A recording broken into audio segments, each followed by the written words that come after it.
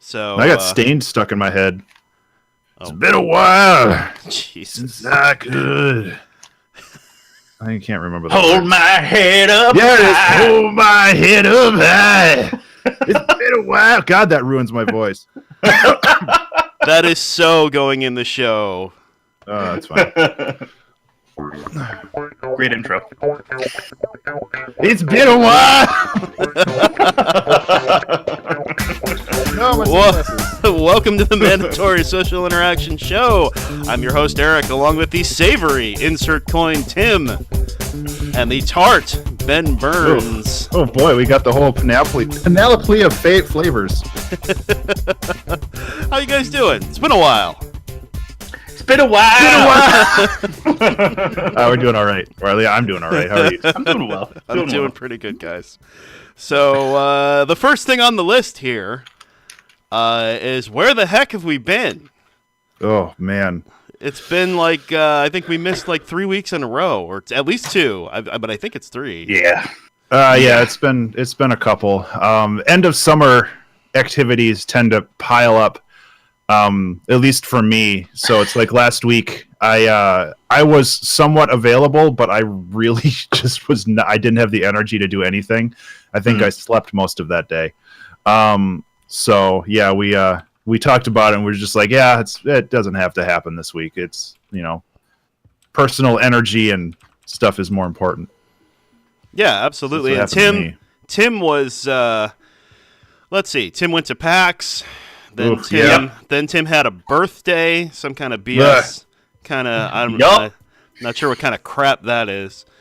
And then I wasn't feeling well the following week. Yeah, and that week Tim wasn't feeling well, and Ben I and wasn't I had feeling well one of the weeks. Yeah, and we had and I had like a huge week at work, so I was like looking. The break was actually really nice. Yeah, I've also been dealing with some production releases at work too, so I just I have not had much of a break lately. This is like the first week where I don't have to feel stressed in a while. Damn you, production releases. Right? How dare you put your code out where people can access it? It's getting there. Stop it.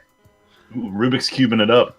Yeah, I broke it. Well, I didn't break it. I messed it up the other day, and I haven't had a chance to fix it. So that's what I'm doing. So, and we've got I'm sure plenty to talk about. But the first thing second thing I thought we'd talk about would be PAX, because one of us went all the way across the country, literally for him. Yeah. Yes.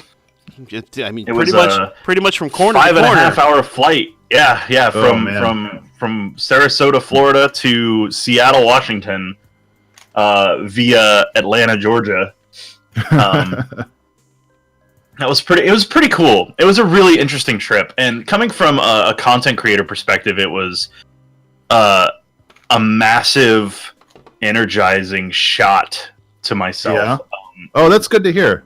Yeah, a lot of like what I had been dealing with before I left was I was suffering from discouragement from like I was just getting discouraged over lower numbers and everything, and I had just started streaming over to Facebook and Periscope, as well as Twitch and YouTube on top of Mixer. Which I have changed as an FYI. I've stopped streaming to Periscope and Facebook for now because there's just really no traction there to be had yet. But that said, I really needed the trip because it was great to go to a place filled with other content creators, and my God, were there a lot of Mixer partners there. Holy crap. Like, I saw maybe 10 Twitch partners while I was there, and I probably saw like 60 Mixer partners. Like, we were in force. Like, we were out there in force. It was crazy. And Mixer had their partner stage where they let partners set up their own panels or segments for their live broadcast. They did a full 8-hour broadcast every day at PAX from that stage. So they would give out like 1-hour chunks or so to various partners to run their own panels. So I ran a panel on Saturday with My Boomstick and Night Tide on podcasting. So we talked about podcasts because they're also podcasters. So we talked about that, like what you need to do to get started. What are some of the things that we talk about? What do we do? All that stuff, which I actually just put on my podcast. Insert plug here. If you want to listen to the whole thing, it's about an hour. Is that long. the name of the podcast, or is that just is it all about butt plugs or? Wow. Yes. Thank you so much, Ben. So yeah, It's the Insert Computer Podcast. It's on Spotify and all the other places, just like MSIS is. But that said, so that whole thing is there, and then Sunday I did a variety streamers panel with Undead Hooligan, Ghost from Texas, and Hasselhoff, which was really, really cool. And I got to talk with them, and they're super skilled, talented people, and they're really good at what they do, and they have a great audience, and they're growing quick, and they do a lot of really cool stuff. So right now, that was a really cool thing. So I'm actually hoping to put that out for tomorrow's podcast. I got to actually rip the audio. It's a bit of a pain because I have to download the entire VOD, which is like 30 gigs. Then I have to I have to pan through it to find the exact time code it starts and ends. And then I have to use VLC to pull out the audio from the whole thing and then drop it into Audacity and then trim it at the appropriate points. Yeah, that stuff's a pain. Yep. Yes. But that said, it was really productive, but it was really cool because it was the video portion of it and the audio and everything was run by a professional company. They had all the cameras, they actually had a booth hidden inside of the main mixer area that where they ran all the video from it and stuff like that. And I had an earpiece in, and they were giving me prompts and stuff for when what to say at the end for what was coming up. It was crazy, and it was just different and something new, and it really gave me a taste for doing this sort of thing professionally, which was really nice because that was something that I've been kind of craving to try, and I gotta say I loved it. So definitely energized me. And then at the end of the trip, well, let me kind of keep in the middle of the trip. What was really cool was meeting the developers of these games. I went to so many different indie game studio booths. I went to 11-Bit Studios, which they were super nice. They actually emailed me after and sent me a couple of codes for the games that I was looking at. I couldn't believe they remembered me, but they did. So they actually were like, "Oh, here's the games you were interested in. Here's some codes." And I'm like, "Okay, awesome. That makes me really happy." So that was really cool. And then I went and met the developers of Ooblets over at the Double Fine booth, which was pretty cool. Yeah.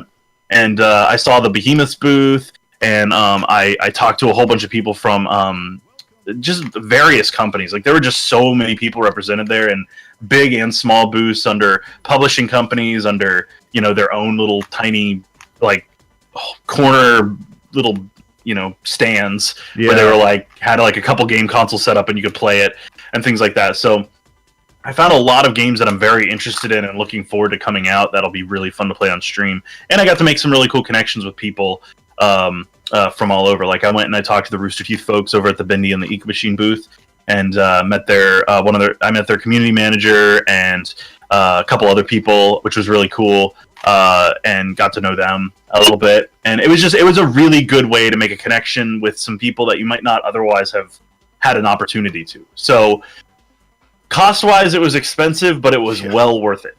It was absolutely worth it. So had a really, really good time. And the day before I left, I actually got to go on into the Mixer Studios at Microsoft Studio D and get on the stage for tips and tricks. And I was on there for 5 minutes, which was pretty cool. That's awesome. Yeah, but at least I got to do it. I was on my bucket list of things to do as a Mixer partner was be on the official Mixer, one of the official Mixer shows, and that I was. So that was really cool. So it was a really productive and energizing trip, and I really needed it. And I feel like I've been talking for an hour, but I'm really sorry. No, it was a week of insanity. It was con all day, party, go pass out, con all day. It was something else. It was reserves of energy I didn't know I had to pull out, and it was something else. Yeah, I mean, I feel that way with MagFest, and that's arguably a much, much smaller convention. So, yeah, I know how you feel there. I do want to. What's really cool is what was that? Sorry, go ahead. No, I do want to get to PAX at some point, though. It's just Well, South may be a good option because it's the smallest PAX. They rarely sell out, and hotels and flights are a lot cheaper. Yeah. So overall, because that's San Antonio, and that's actually I'm hoping to go to that in January because a lot of my community is actually in that area. So I'll get a chance to meet a bunch of people there if I get to go. So it's on my list for next year. It's in January, so I'm hopeful, but I don't know. Yeah. I don't know if that'll pan out or not, but that'd be really cool because I feel like it's a great way to meet people, and I'd love to have an official ICT meetup. I think that would be super cool. Yeah, that would be cool. Never been able to really do that before, so to have like an official one. Well, yes, but that was 4 people? I'm talking like 10, 15 people, like actually like take over a bar type thing. Yeah. I know what you mean. You know what would be cool is if we could all coordinate it to go to the same PAX. We could do a live mandatory social interaction show. That would be pretty cool. That'd be pretty cool. Yeah. I mean, even PAX West is extremely expensive. I think South would probably be the best option for that. So yeah. I don't know what my January is shaping up to be, but I'll keep you guys posted. Yeah, please do, because I'm hoping to get a media badge for that too. They haven't opened up media badge signups yet, so I keep hoping they'll do a PAX North. North? Yeah, that'd be nice. I'm surprised they don't. In Chicago. It's really weird. Like a PAX Midwest or something. Dude, Star Wars Celebration is in Chicago next year. Ooh, that's gonna be rough. Well, no, and I'm not. My point wasn't that we all need to go, but my point is, if they can host a Star Wars Celebration in Chicago, there's no reason they couldn't do a PAX. Yeah, no, that's fair. That's fair. There's hey, if it's in Canada, I'll go to Canada. Pizza. I mean, I'd be willing to go to Canada for a PAX North. That'd be dope. Fun. Yeah, pizza. I've got a passport. Canada is driving distance from here. Yeah, I do that. Canada's Canada is huge, so it depends on where in Canada. But technically speaking, I can drive to Canada from here in a couple hours. Yeah, and considering where PAX East and West is, it would probably be somewhere. Chicago would make sense. Yeah. Chicago. They have a PAX Australia, so I mean, Chicago would be the biggest, essentially the largest northern city, and it's kind of the most centrally located. I mean, technically, I guess Minneapolis is slightly more central, but it's also a lot smaller of a city. So I could see. How big is their convention center? Is the question. Convention center is reasonably large, but I don't think it's as large as the one in Chicago or the one in Seattle. Well, but South right now, is the smallest because it's the newest. It takes a while for those to really pick up steam. Yeah. So it'd probably take a while for it to really explode. So they could probably do it somewhere like Minneapolis and move it if they have to. Yeah, that's true. And now, see, the thing with Chicago is it's also fairly centrally located among the larger northern cities.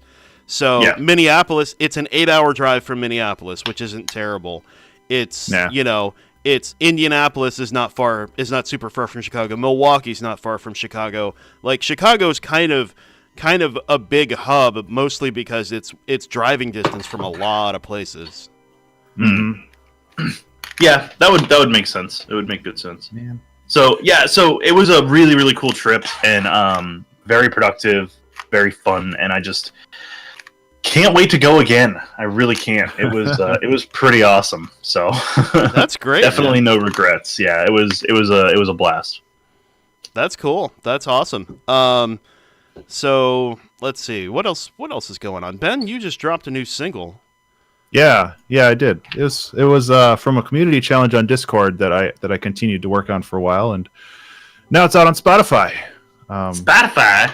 I can find the link for that, and I'll drop it in chat. Share that link. I saw it on Twitter earlier. Yeah, I'm pretty pleased with it. I can't say that it's a huge deviation of like my sound, but I feel like it's a different direction, and I'm looking forward to exploring that kind of stuff a little bit more in the future. So, hey, I did have a question for you. And I need to pull it up in front of me, and maybe I'll even get it on the screen because that would be. Oh, Pizza put it in chat. Oh, good, because I can't find it. Hey, Voxel V, what's up, dude? That's not what I wanted, though. Let's hit the Bandcamp link. because I want to talk a little bit about this. And what I'm looking at here is the 2-Hour Track Challenge Season 4 album cover. Which... Oh, yeah? If I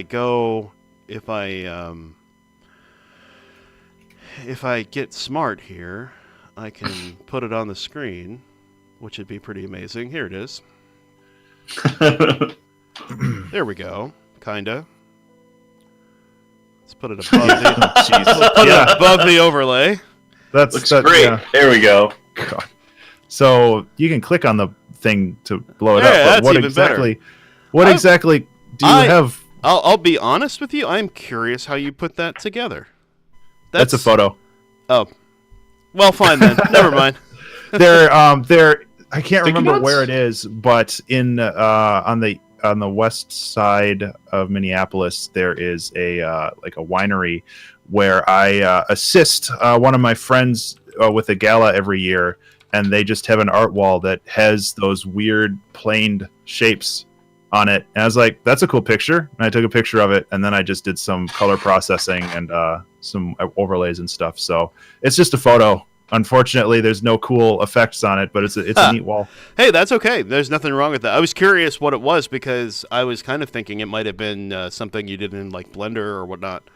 No, although that wouldn't have been too hard to do in Blender. No, Blender would make that relatively simple. So I saw that the other day, and I was like, oh crap, that's really neat. I didn't. I'll find the source photo. I don't think I had seen it previously, and so I just happened upon it and was like, oh, I wonder how he did that. So well, now you know. Yeah, there you go. So, the more you know. So, Tim, you had some animal drama last week.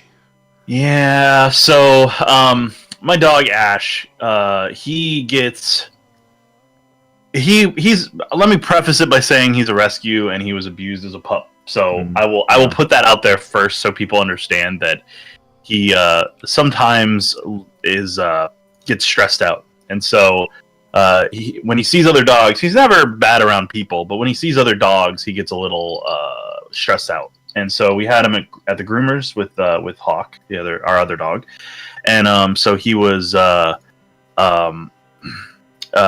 got groomed, and apparently everything was fine. So I showed up and picked him up, and I made sure I told them, I'm like, he doesn't do well around other dogs when you put him on the leash, so just be careful with that. And they ended up bringing him out with a whole bunch of other dogs in the lobby, and he started freaking out. So I'm like, okay, I got to get him out. So I picked him up, and because that's what I do. I just pick him up.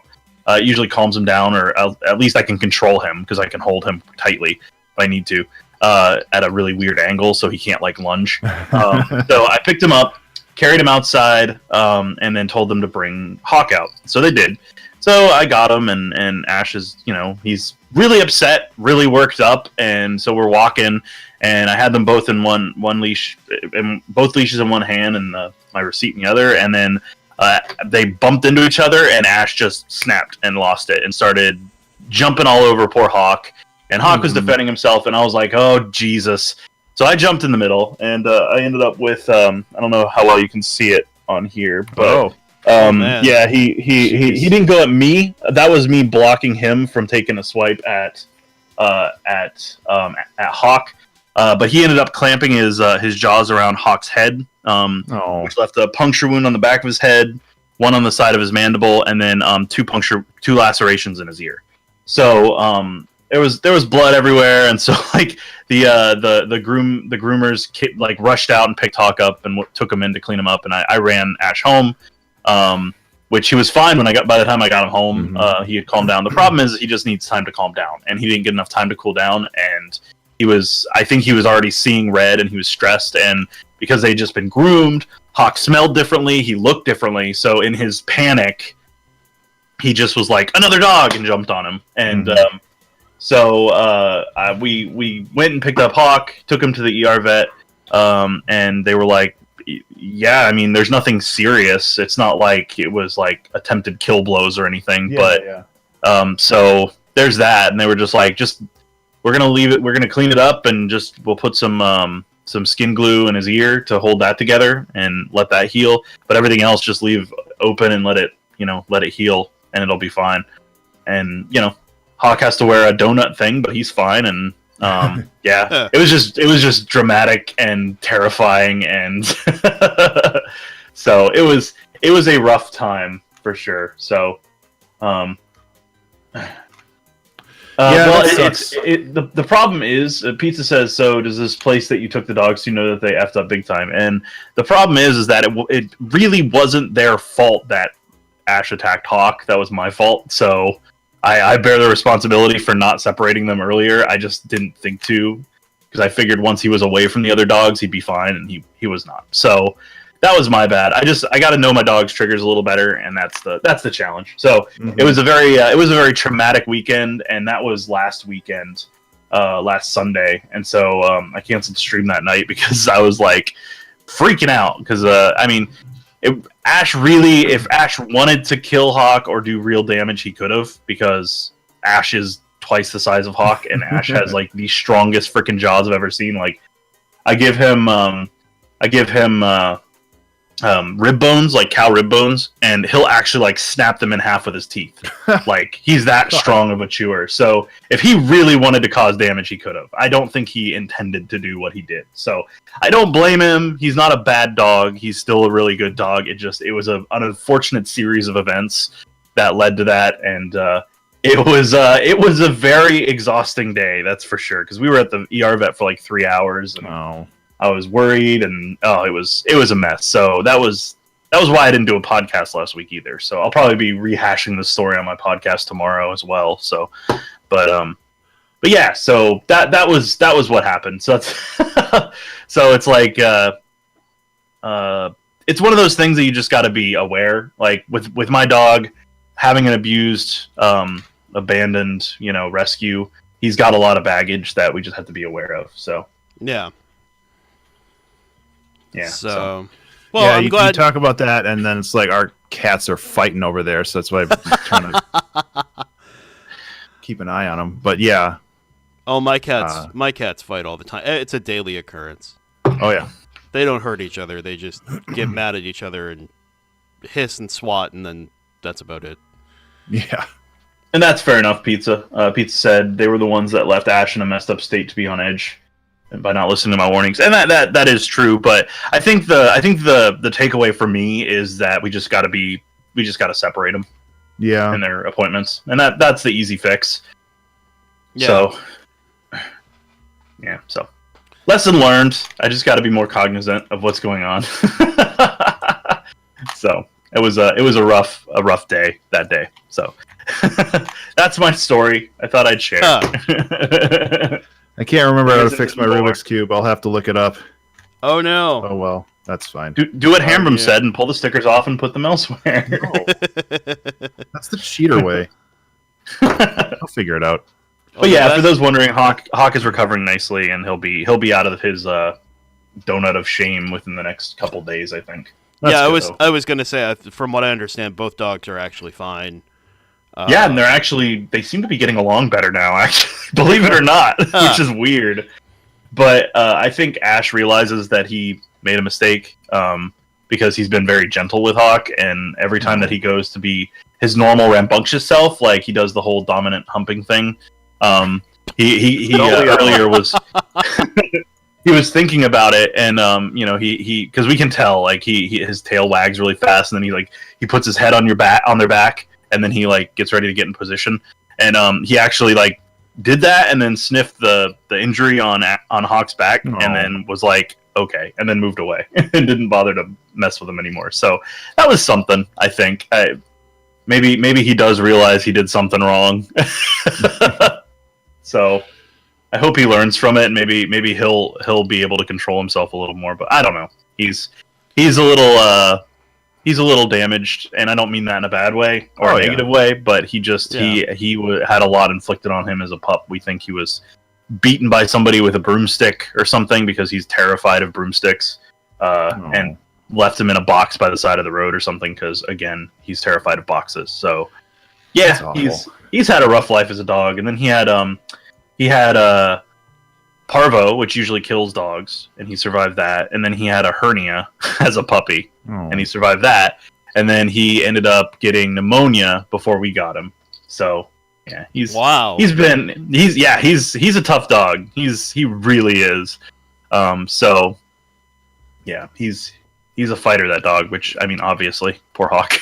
Yeah, but yeah, so for him, like, I'm willing to make some exceptions, and I feel like it sucks, but at least Hawk's okay, and that's what matters. So yeah, everybody's fine. We're all fine. Everything's fine. Don't shoot your computer. Sorry, that's boring conversation anyway. Yeah, see, bad Star Wars joke. I got you. We got to pull Star Wars back in for Ben's benefit. That's right. Oh, yeah. All right. Hello, everyone. Welcome to Star Wars Talk with with your host, Ben Burns. Ben, lead us in a discussion of Star Wars today. I saw The Last Jedi a couple weeks ago. Oh, yeah? For the first time. It was okay. Yeah. It was a Star Wars movie. Not bad. Well, that's all you can say now. That is Ben's review of every Star Wars movie. Well, no, and I'm not saying that in like some like derogative way. It's just like Marvel movies these days. It's like they have a very specific formula, and they follow that formula. And that's kind of what Star Wars is now. They have a very specific formula of what happens, and then they follow that formula, and then you have a Star Wars movie. And it's I would argue that Infinity War bucks that trend. I never saw that one. I need to. Oh, you guys, both of you haven't seen it? Oh my god! I got burned out on Marvel movies after like Thor 2. I was like, this is crap, and I think they're better now. Ragnarok, Thor Ragnarok was on Netflix, and I actually genuinely enjoyed that one. My problem is they just come out with too many. It's like 4 or 5 a year now or something like that. It's ridiculous. It's like I can't. I go to like one movie a year, maybe 2, and it's like for you guys to put out that many movies, I'm not interested. No thanks. Yeah, it burns me out, and it's like they all build off of each other. So if you miss one, you miss a lot. I feel like it's a little frustrating in that regard. You know, I don't think that's entirely true. I think unfortunately there end up being key ones that you need to know to get the story. But there are definitely some Marvel movies you can miss. Like Ant-Man, which was awful. I liked Ant-Man. I heard that Ant-Man was good, but it's not bad. See, that's the thing. It's like it's also polarizing too. Some people are like, "Oh, all of these are great," and it's like, I watched Thor 2, and it was just like, it's just like, here's a big set piece. Okay, now we're moving over here to another big set piece. It's like, don't worry about people talking or anything, because that doesn't matter. Eventually, they'll just start punching each other, and then everything will be done. And I'll be okay. that was like my huge problem with Guardians of the Galaxy 2, where it's just like there's all this cool stuff going on, and then it just ends up with people punching each other, and then okay, somebody won. Okay, I guess the movie's over now. Guardians 1 was actually really good. Guardians 2 was not great. And the thing is, like, I definitely. Here's the thing that I think I think there's this kind of I think people like to say, like, oh wow, all the Marvel movies are great. They're not. And the thing is, each of those movies has its own, kind of ups and downs. Like Age of Ultron's not great. The first Avengers movie is really good. Avengers Infinity War is fantastic. Guardians of the Galaxy, the first one, is wonderful. The second one is terrible. Ant-Man is, like, if you went in expecting, like, an amazing superhero movie, that's not Ant-Man. However, Ant-Man, taken on its own merits, is a fun movie. It's not bad. And I think I would prefer some of the more superhero movies that do the smaller set pieces where, like, I haven't seen Ant-Man, but from what I remember, it's more or less just like a heist movie, isn't it? Yeah, totally. And that's the thing. Yeah. Like, if you take Ant-Man by itself, just as a movie, just disconnected from everything else, which they did a pretty good job of, it's part of that world, but it's also not... it's not, like, wrapped into it. Yeah, it's not super, like, gelled into it. It's a fun movie if you don't look at it as... having this like overarching, and if you don't think of it like, I think I think there's a tendency to want to compare all the Marvel movies to each other, and you kind of can't do that. They are different movies. They have different directors. They have, yes, they're kind of telling one big overarching story, but, I'll be honest with you, I've missed a couple of the bigger ones. I still haven't seen Thor Ragnarok, and I haven't seen Black Panther. They're both on Netflix right now. And just, for now, until Disney opens up their streaming service, and they're probably going to pull that. That's a whole different thing. But I think I'd disagree a little bit there, Eric, because when you say you can't judge them all against each other, I feel like because they are a cinematic universe and they are all sharing the same universe, the quality the emphasis on quality should be the same across the board, because they do that with Star Wars. Everybody judges every Star Wars movie by the other Star Wars movie. That doesn't make it right. That's just what people do. I mean, that's like saying everybody's pirating movies, so it's okay. It's like, no. Just because everybody's doing it doesn't mean that's they're all the same. I don't know. I just they're all the same production house, and I think that if a company puts out, but do you judge? Do you judge every Miramax movie against every other Miramax movie? No, but Miramax that's a distributor, not a producer. Distributor, yeah. I'm talking about like Marvel movies, the Marvel company.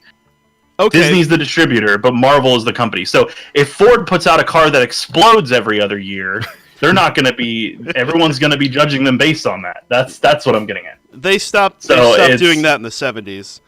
Well, yeah, but you get my point. Tim, I totally get what you're saying. I had to make a joke. No, that's fair enough. It's just from my perspective, if every third batch of M&Ms was poisoned, you would stop buying M&Ms. So I think to an extent you have to judge them against each other simply because they're all the same creator, but the directors are different. The director should be held to the same standard by your executive producers and all that stuff, because you should have shared. Stan Lee is the shared person across it all. You are making this kind of grand creative assumption that there is some kind of standard that you can apply to creative works that it will apply to every single one. And I mean, it's different writers, different directors, different actors. There's literally no way other than literally making the same movie you made last time. There is literally no way to apply a standard to across the board. I mean, that's what they started doing for a while, which is why I stopped. They're doing the best they can. But that's like saying, the second Weezer album should be just as good as the first Weezer album, right? And that can never happen, because if you're writing new music, or if you're making a new movie, you have no idea how it's going to turn out. You don't know. Short of literally spending $5 billion on every movie to reshoot everything till it's perfect, that's literally an impossible thing to do. They're essentially, for the budgets they're given, and yes, they're high budgets, they're doing the best they can with what they've got. And that's a fair point. But I think that to the original statement is that people are comparing them because they all come from the same place, and that's what I'm getting at. People are going to compare them, you should at least try to put some controls in as to you don't bring in directors who are brand freaking new to directing. You don't bring in actors who are brand freaking new to acting. It's all roll of the dice at that point.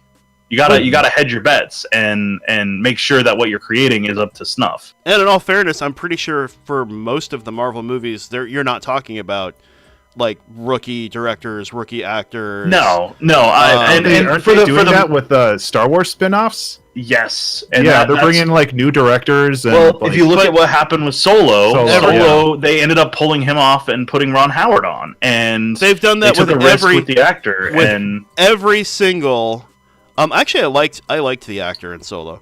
I did too. I enjoyed him. I enjoyed Solo hugely. I love Solo. If you look at all the Star Wars movies that they've done, that basically everything that was not a main timeline Star Wars movie, and even the main timeline ones, because they had, I forget the guy's name that they ended up pulling off and replacing with J.J. Abrams for Episode 9, for Solo and for Rogue One, they both pulled.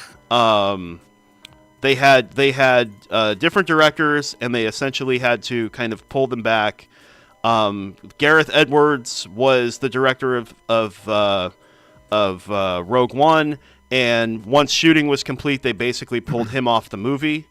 And replaced, I forget who they replaced him with, but they basically took it away from him and did some other stuff.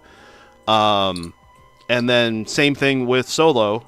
It was it Lord and Miller? Yeah, Lord and Miller were the directors on Solo, and then they decided at some point in the middle of shooting that they weren't getting the job done, and they pulled them off and got Ron Howard. And in my opinion, that saved the movie, because apparently it was not doing well.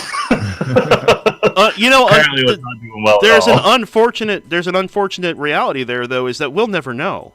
We don't know if they had saved the movie, or if the movie could have been 12 times better if they just let them do what they were doing. I mean, in all fairness, Lord and Miller made like the most popular, and this is going to sound awful, but the best Lego movie they've ever made was made by Lord and Miller, and it was like... I've never seen any of the Lego movies. I heard they're really good. And it was like critically acclaimed, and everybody, the fans loved it, everybody, So who knows what it would have been if they'd left them alone. And I'm not saying that Solo was a great movie. I enjoyed Solo.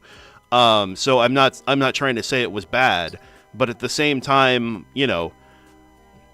we can speculate that pulling them off the movie made the movie better, but we don't actually know that for sure.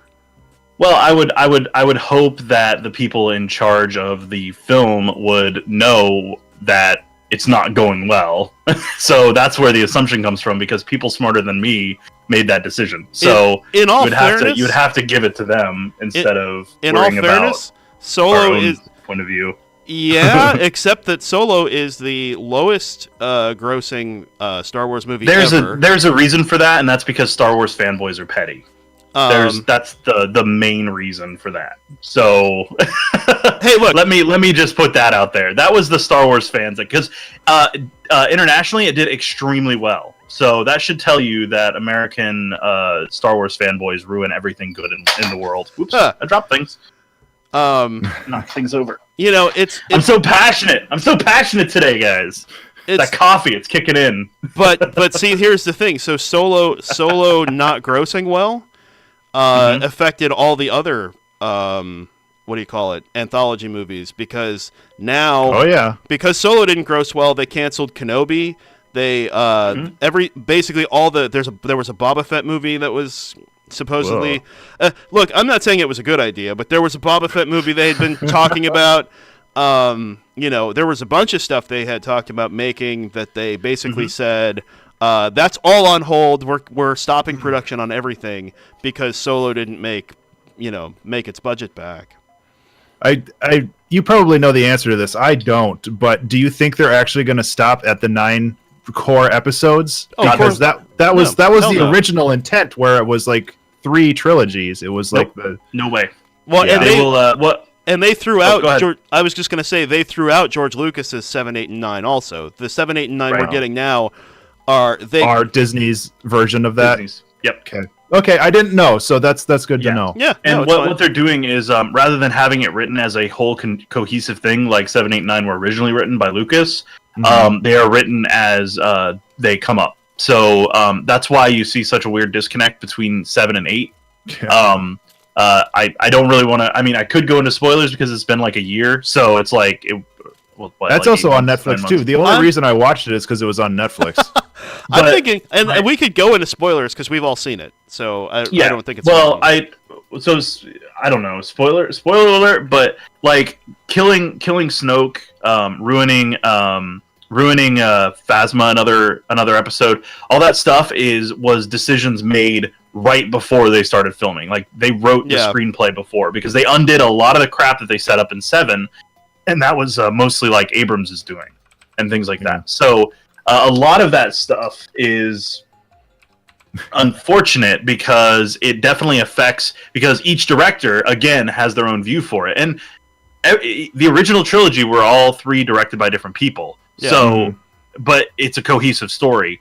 They lose some of that cohesion by wasting characters, ruining moments, just having some fundamental plot issues that made very little sense that didn't carry over from movie to movie because of the shift in directors and the shift in writing.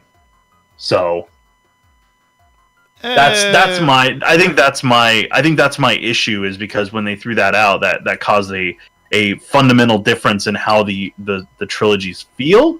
Because even the prequel trilogy has a cohesive story, even if it's not amazingly told. So, or acted. So you know, or acted. You know what's funny is episodes. So I don't know if you know this, Tim, but Empire and Return of the Jedi were not written by Lucas either. No, they were Lawrence Kasdan, which I think Kasdan is writing all of the new trilogy as well with his son, but they also make such sweeping changes right before, like getting rid of Snoke and things like that. Like I don't think that was a smart idea. I actually really liked getting rid of Snoke because I like the idea that that Kylo Ren is actually the big bad rather than having Snoke be the big bad. Emo teenage boys are the big bad of the universe. Yep. Yeah. Well, that's where my problem came in. Yeah. But why? So I guess the thing is, if you don't kill Snoke, you're just telling the same Star Wars story you already told. But that's what Star Wars is. Star Wars is cyclical. So you literally just want the same 3 movies over and over and over again? Because that's what it would have been. That's literally what it would have been. Let me finish my sentence. No. Before you cut me off. I would cut your mic. The idea of Star Wars in general is that it follows cycles. If you look at the prequel trilogy, it is a cycle. It is the rise of and fall of evil, much like the original trilogy. And yes, there are elements of that, but if you look at Lucas's original vision for it, he actually follows a very specific trope in writing that is a cyclical trope, where the story arcs and falls in the same kind of way each time, but with some different plot elements in it. And in this case, they're completely remixing it by getting rid of the good and by getting rid of like the obvious good and making everything shades of gray. Which, yes, I can agree with. It's an interesting and compelling story, but it's not a typical Star Wars trilogy, and that's what I'm getting at. It's a break from the norm. And the thing is, in my opinion, that's those 3 movies. That story's been told now twice. That original Star Wars movie has already been told twice. You got 6 movies, 2 different trilogies that basically tell a similar story, and I really love the fact that these 3 movies are now going in a completely different direction.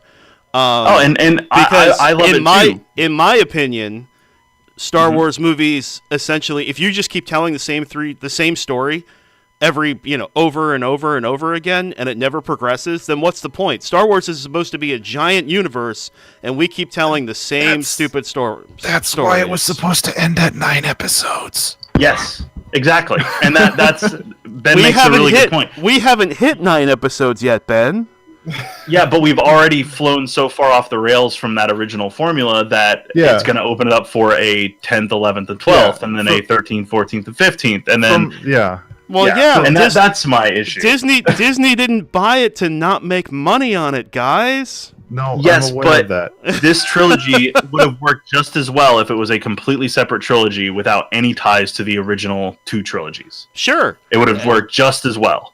They didn't do that. They wanted to continue the set of trilogies that they had, but they wanted to fly it off the rails. And I'm not one of those that's like, oh, OT's the best and blah, blah, blah. Because I like the new films. I love the new films. However, I think they would fit better and fit a better purpose in the overall story of Star Wars as standalone films, a standalone trilogy. I just hope they kill off Kylo Ren so that we have no more Skywalkers left. God, please. I just want to get rid of him. I'm tired of his whiny baby attitude. See, I don't dislike Kylo Ren. He's an interesting character because he's different for Star Wars, and I like that because everything in this new trilogy is so different and such a vast departure that it's not a bad thing because it's good to tell new stories. It's just disappointing because I was hoping for that continue of that finishing of the cycle. Which if they kill Kylo Ren, it will be an end to the cycle because they can't make another Skywalker film. Thank God. We hope. You know what I really find hilarious is that Tim and I were joking about talking about Star Wars, and then we ended up talking about Star Wars.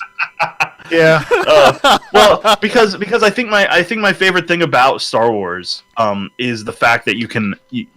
A, there's just a billion discussions you can have, and B, if you find people that are reasonable to talk to, like you find gentlemen, it's a fun thing to talk about, you know? So for me, it's always fun. So I'm sorry. I get off on tangents really easy, and Star Wars is my usual tangent, so my bad. No, it's fine. Like, I have no problem talking about this stuff. I'm not as well-versed as you guys when it comes to it, but I do enjoy talking about it, and maybe I offer a different perspective on the whole thing.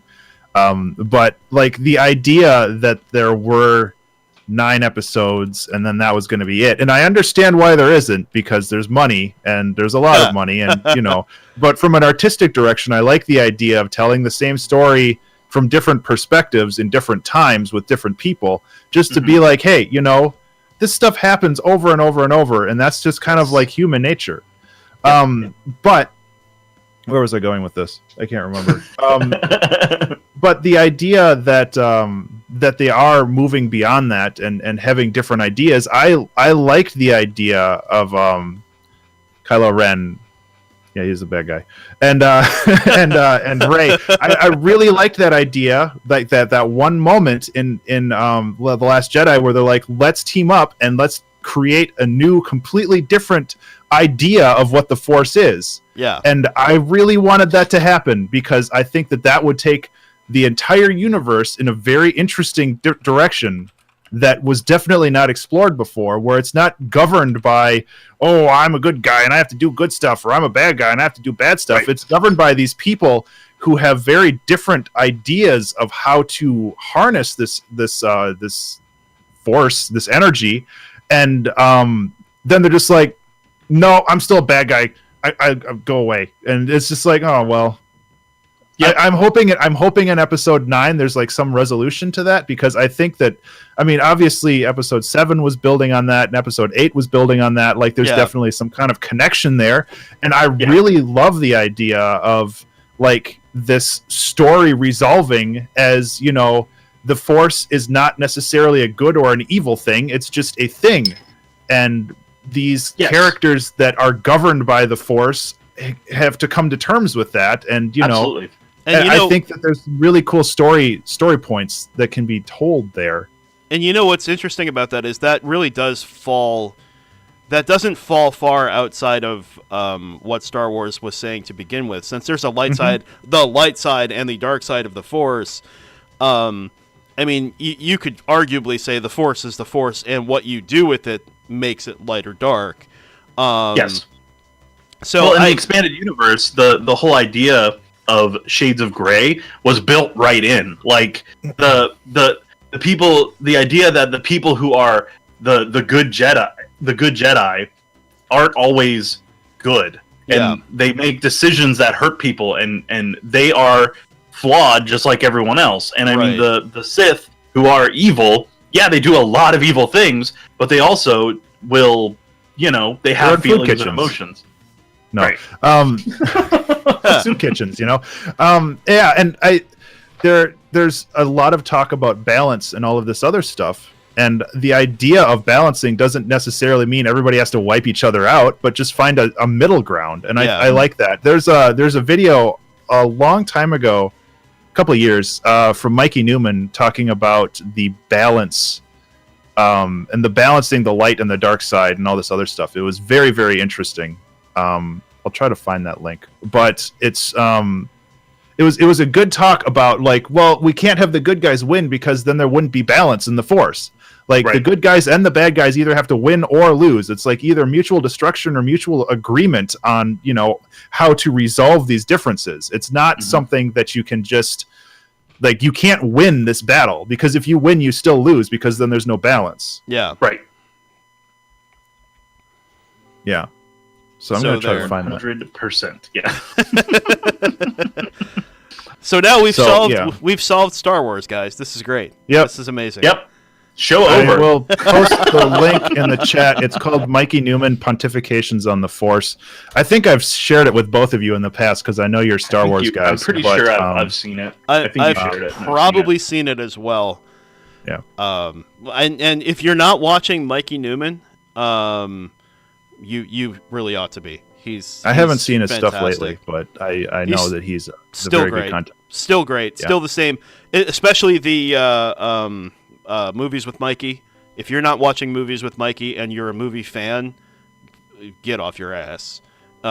You need to be watching movies with Mikey. That's like, if there's anyone that's giving important film criticism on YouTube, it's Mikey. And that's not to take away from other critics, but Mikey even gets noticed by film directors and stuff. So he's well worth checking out. Yeah. He anything I've watched by him has been great.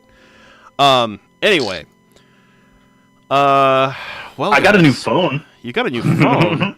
I got a new phone. Is it the iPhone XMP LF42356? Yes. What? I don't know. The new iPhone's got some kind of ridiculous name now. Oh. The iPhone XS Max is the one that I have. God. See? What kind of stupid name is that? I wasn't far off, was I? Nice. XS Max.